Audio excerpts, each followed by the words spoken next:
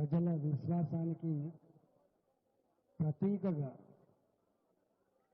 మానవ కళ్యాణం కోసం ప్రజలందరూ కూడా కలిసిమెలిసి చల్లగా జీవించే భాగ్యం కలగాలని చెప్పి కోట్లాది మంది ప్రజలు తెలంగాణ రాష్ట్రంలో చిన్న చిన్న పల్లె నుంచి మొదలుపెట్టి పట్టణాలలో బస్తీలు కావచ్చు, ఈ మధ్యకాలంలో గేటెడ్ కమ్యూనిటీ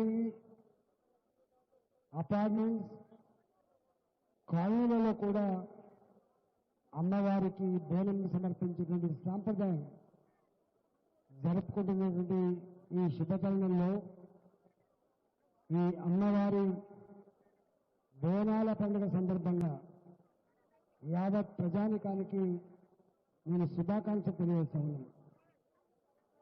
ప్రతి సంవత్సరం అమ్మవారికి కోట్లాది మంది ఆడబిడ్డలు ప్రతి తెలంగాణ ఇల్లు ఆడబిడ్డల్ని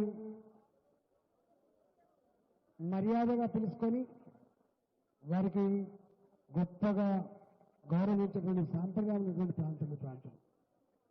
ఏ దేశంలో స్త్రీని గౌరవిస్తారో, ఏ దేశంలో స్త్రీలు పూజించబడతారో ఆ దేశం గొప్పగా విలసిల్లుతుందని చెప్పి ఆడబిడ్డల ఆశీర్వాదం కోరుతామో ఇలా ఆడబిడ్డల్ని ఇళ్లలోకి తోలుకొచ్చుకొని ఇలా గౌరవించుకునే సాంప్రదాయం తెలంగాణ పల్లెల్లో వందల సంవత్సరాలు కొనసాగుతా ఉంది.